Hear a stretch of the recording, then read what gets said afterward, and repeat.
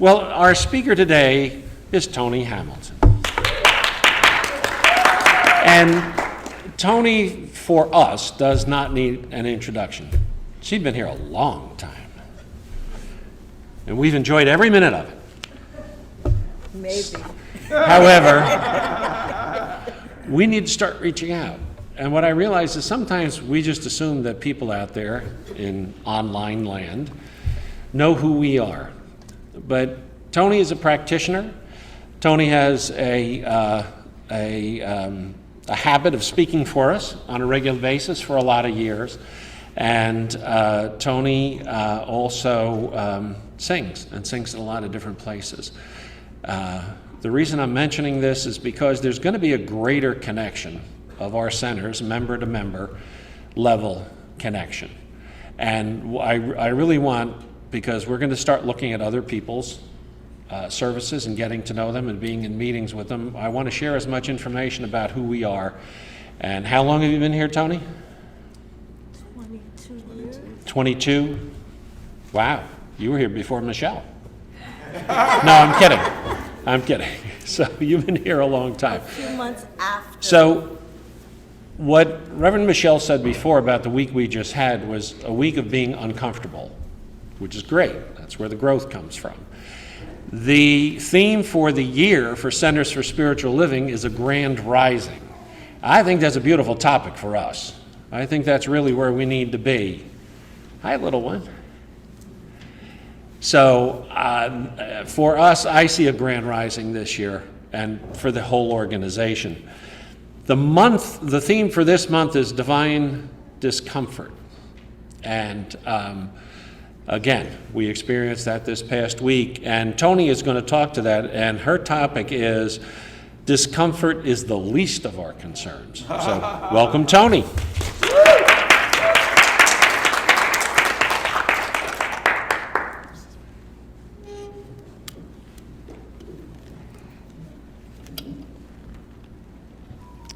Good morning. Good morning.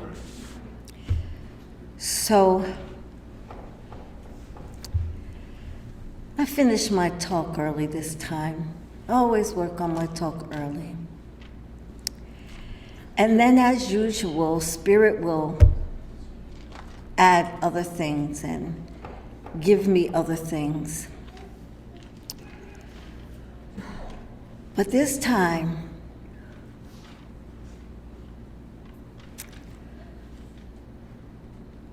I experienced a very, very deep shift. I experienced a deep shift because I recognized that I have not been fully authentic. And that was disturbing to me. It was more disturbing because of the reason why. I haven't been fully authentic because I don't feel safe. I am living in a world that it's no longer safe in to be fully authentic. This is Black History Month, and I'm going to tell you a little secret. I don't celebrate Black History Month. I live my history and what it means every single day.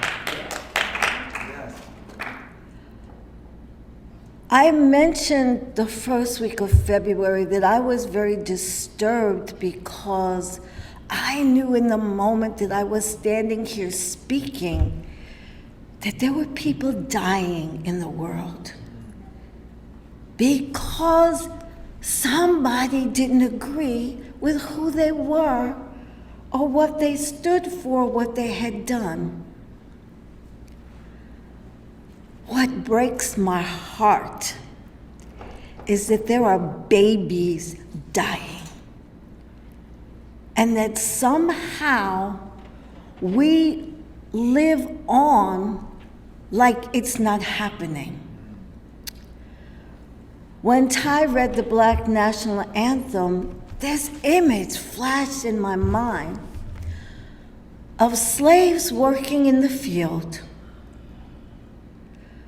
being in the situation, the condition that they were in, and people walked by and lived in the world as if nothing was going on and as if there was no suffering. And so I'm very disturbed and I'm very sad because I don't enjoy the discomfort of feeling powerless. I feel powerless over the fact that there are people dying, that there are babies dying, and somehow we as human beings have not found a way to resolve this, and when we witness it, to do something about it. We're just going on like it's not happening. Our topic this month, our theme, is discomfort. And I know this is uncomfortable. And I had the thought to get up and first apologize for the discomfort that I was going to bring into the room. And I decided, no, I'm not going to apologize for that. Now, here's the thing. I'm going to tell you another secret. For a long time, I have asked myself, why am I here? Why am I in the Center for Spiritual Living, North Jersey? Honestly, around the majority of people who don't look like me, who don't resonate with the things I resonate with. I have for years meditated on, treated about, and asked that question and not gotten an answer. I think I got an answer today. Because lots of times I just miss my own folks. I miss what's familiar to me. I miss the songs, even though I don't believe in the principle of what they say. There's something about them. There's something about the music that heals and empowers. Michelle and I have talked about it many times. So why am I here and not there? Other than the obvious fact they're teaching something that I just can no longer believe in. But I got an answer today. And that answer is that I've said many times, this is a very, I can't find the word because special is not sufficient. This is a very different, very special, very awesome, very powerful teaching and very powerful place. Let me explain why. Because everyone that comes here and everyone that has walked through these doors has decided to participate in the willingness to be loving, in the willingness to be open, in the willingness to be uncomfortable and take a chance on humanity. Take a chance on growing, shifting, changing, to take a chance on trusting that the words, a safe place to know God, a world that works for everyone, can somehow be true. So I didn't know that I was obviously given an assignment to participate in this. And that's the reason that I'm here. Now, what makes me sad is that there are so few of us.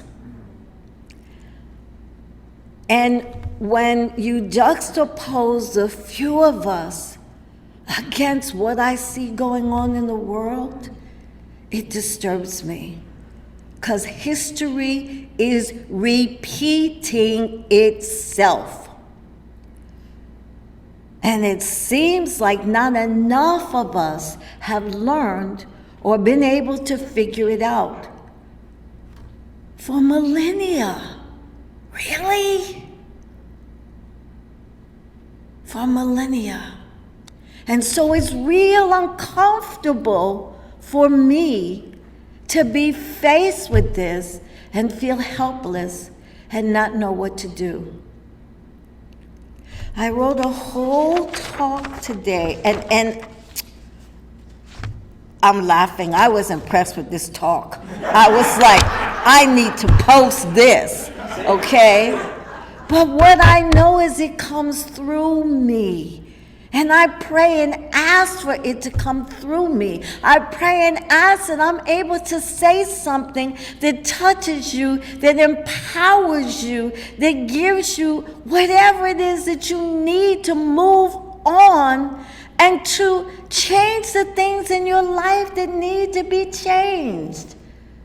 And I don't care what it is, because every time that we heal, every time that we're able to be more honest, every time that we're able to move forward, we're changing the world. You see, part of my problem with this teaching is that it's too much theory. We have to be able to embody it, because when we get to survival, if we haven't embodied it, it doesn't exist. It doesn't matter. And so one of the things I wrote in my talk is that I come from a people who somehow, despite what they went through, figured out how to make a way out of no way. Somehow figured out how to muster faith so that they could move forward and not give up. And I wrote a line in the talk that said they deeply believed in community. And I almost took it out because I said that doesn't fit. Oh, but it does. Because the truth is, I'm feeling overwhelmed and I'm feeling helpless because I cannot do it by myself. I cannot. Would that I could. And that is an example of and a testament to the truth of this life that is oneness. Now, we're in a multitude of forms, we're in a multitude of bodies, but it takes all of us because there's only one. Some of you have heard me say before, I have deep love and respect for a man by the name of James Baldwin.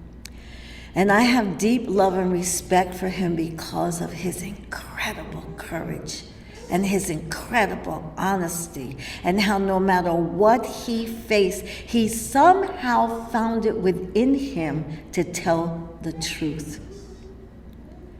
And he said, the Negro is not the problem.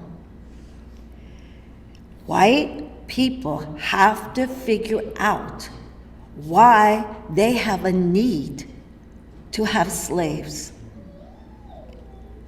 Let's extend it, please, to the world and the human condition. We have to figure out why we have a need to be predators, why we have a need to subjugate someone, and why we have the capacity to do harm to another human being. And I gotta tell you, it boggles my mind. What's more challenging to me is what I may have to do in order to protect myself and the people that I love. We're walking around this country as if we are not on the precipice of danger. In this country, there are people who feel like they can and will do whatever they choose, and you and I don't matter. Now, let me be very clear. It doesn't matter what color you are, what your ethnic background is. It doesn't matter where you originally came from. If you don't agree with them, you are their enemy. And they don't care. And we're walking around like that is not a possibility. Like that is not the truth. I saw a news article that certain people want to deport immigrants, and they would use military force to do it if they are put in power. And of course, since I am of African descent, and I have in my bones the history of what happened, I understand that that doesn't mean if you're not from I don't know the right term, so please forgive me, Latino country, if you're not from Mexico or Ecuador or wherever it may be, that you won't be included in that if they're given the opportunity. And I can say, oh, that'll never happen, except slavery did. Except when I was down in Newark and selling Mary Kay and doing my facials and everything, people came in the room screaming and crying because a family had just been picked up to be deported. So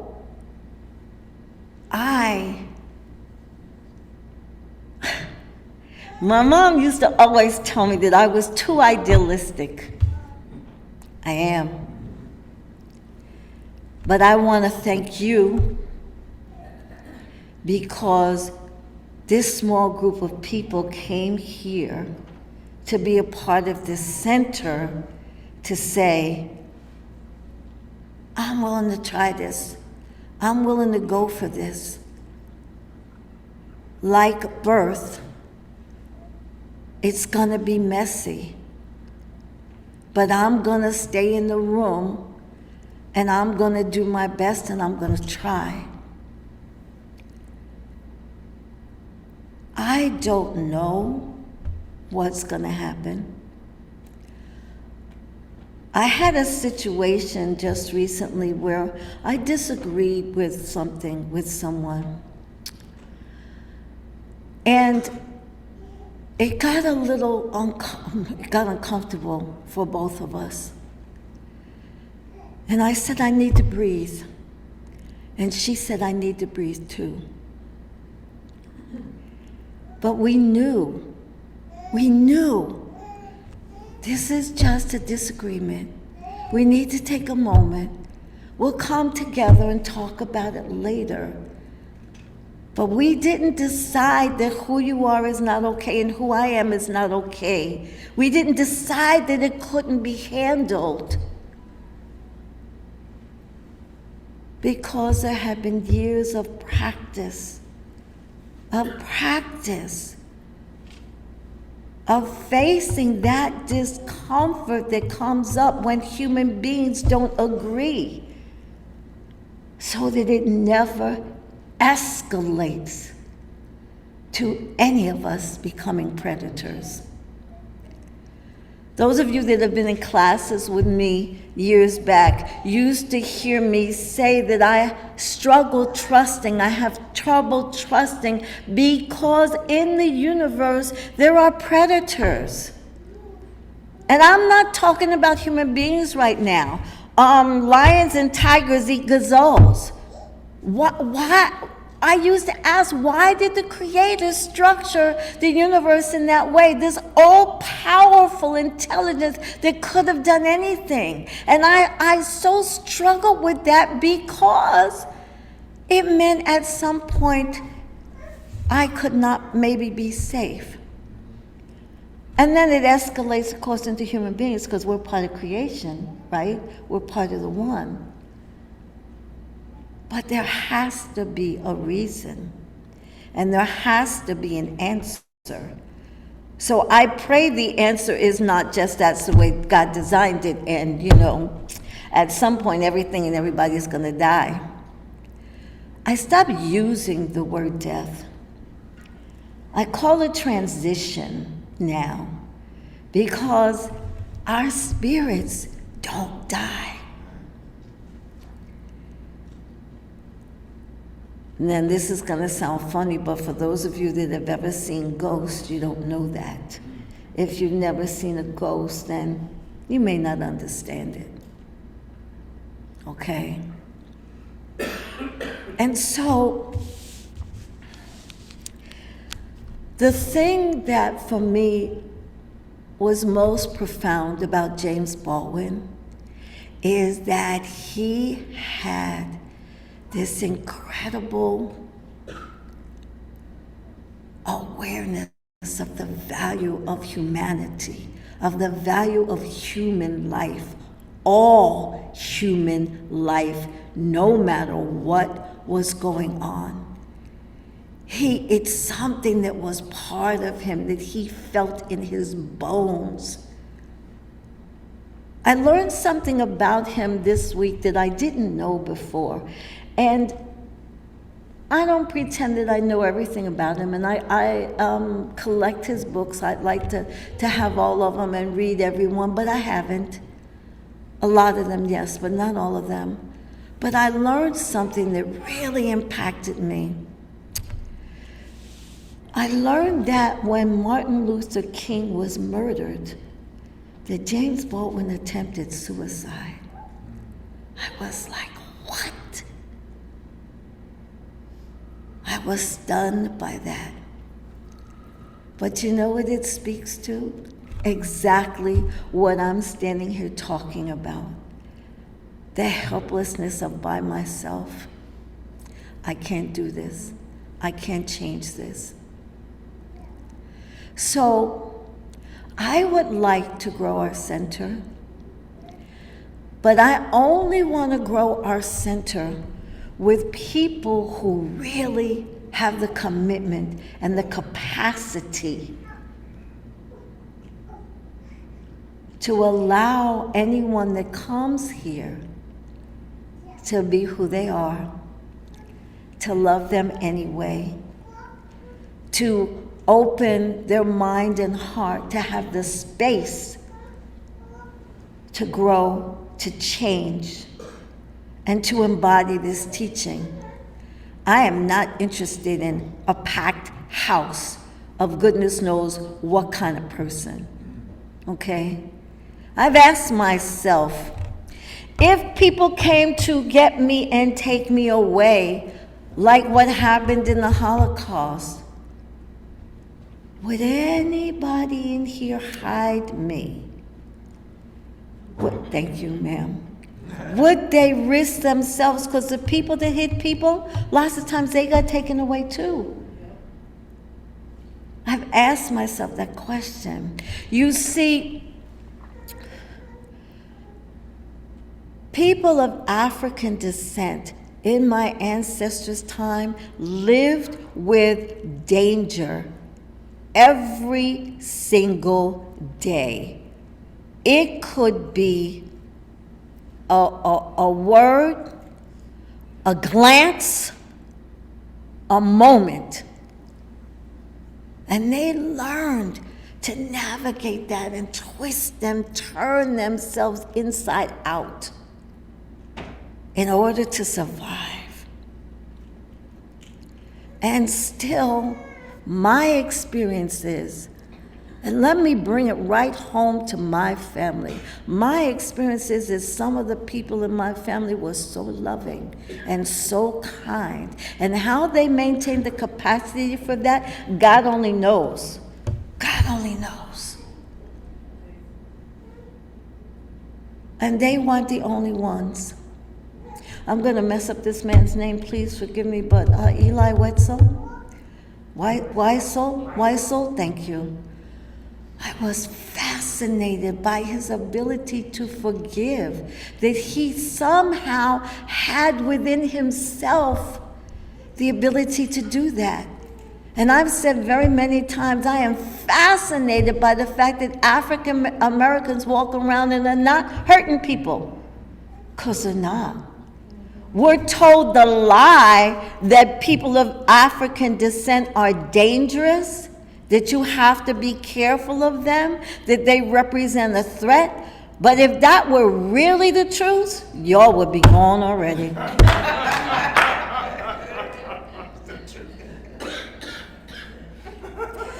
So, this was not my talk, but this was my heart in the moment.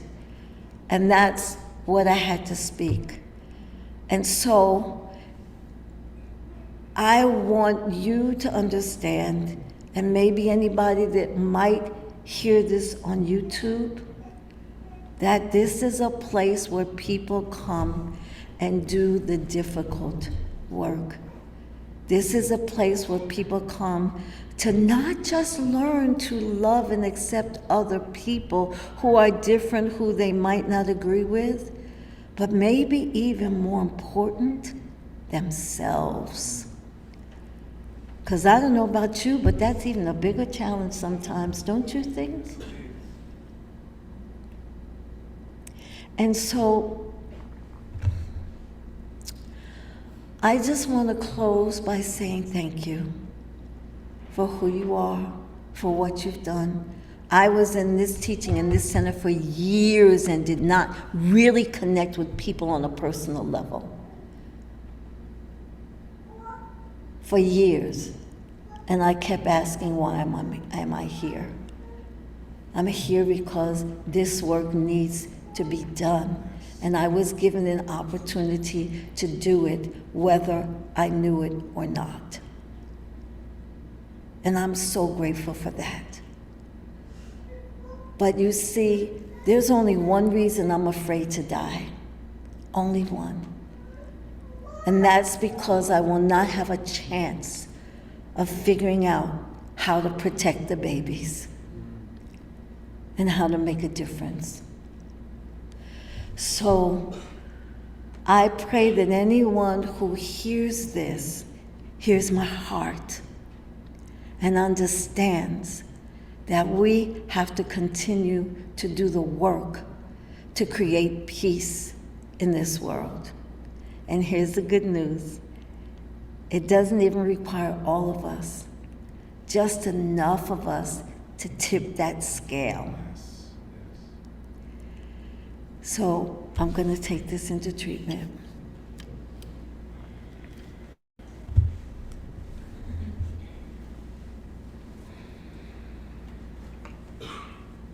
I deeply believe in love. I deeply believe in the power and presence that created this life and created it in love. Despite the fact that there is so much that I don't understand, I understand love. I believe in love.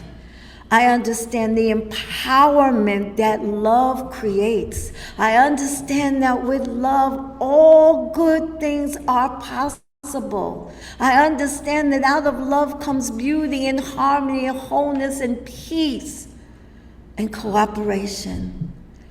I understand that there are issues, deep issues and problems in the world, but I also know that no matter what is going on in the world, that love exists, that love cannot be destroyed. It may go into hiding within human beings, but it cannot be destroyed. And so what I pray for and what I affirm is that this love expresses full out, that each one of us has the courage and the wisdom to express love in places that it can maybe even be received a tiny bit, because a tiny bit is an opening. I don't believe in martyrdom, but I believe in love.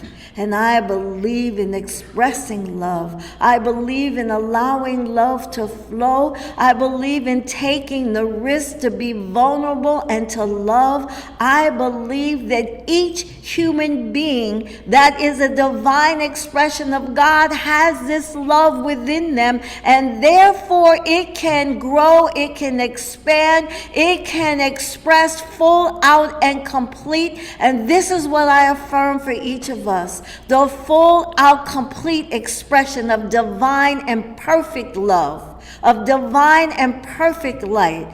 I affirm with this word that there is healing. There is exponential healing in this world. Even though I don't understand so many things, I declare and affirm that this is possible, that there is an energy, a movement towards this that we may or may not be aware of, but that energy and that movement comes together from all directions of the globe and meets in oneness, because one is all there is. No matter the multitude of forms, no matter the wars, no matter the disagreements, one is all there is. And what I do inside my private little personal self expresses out in and impacts the world. And so I simply give thanks. I simply give thanks for this divine expression of love. I give thanks that in this oneness I am able to share that love, and that it expresses full out. And so I simply release this word into the law, knowing that it is the truth, it is done, it is received, and it manifests beautifully. Please close with me. And so it is.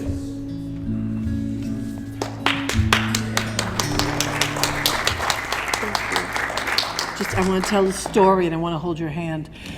I want to tell a story that we heard at conference, and it's especially important that we stand here holding hands because it's a part of the story. And this is something that recently happened down in South Carolina. There was a family of 9, like from children up to grandparents, and they were swimming in the ocean, and they were stuck in a riptide. And they couldn't get out, they couldn't get in. And if you've ever been caught in a riptide, I know Bill knows that it's scary. You can easily lose your life. And what happened was the lifeguards were swimming out and trying to get them in, and they couldn't get them in because the riptide was too strong. Shoot. I'm sorry, I just get emotional with these things. And then there was a woman on the beach. Her name was Jessica Simmons. And what she did was she created a human chain with the people on the beach, and they held hands, and these people held hands and they locked arms until they got to that family, and they saved all 9 of those people. But they held hands and they locked arms because we're better together. And I just wanted to share that, especially in light of your story. Thank you. Or you.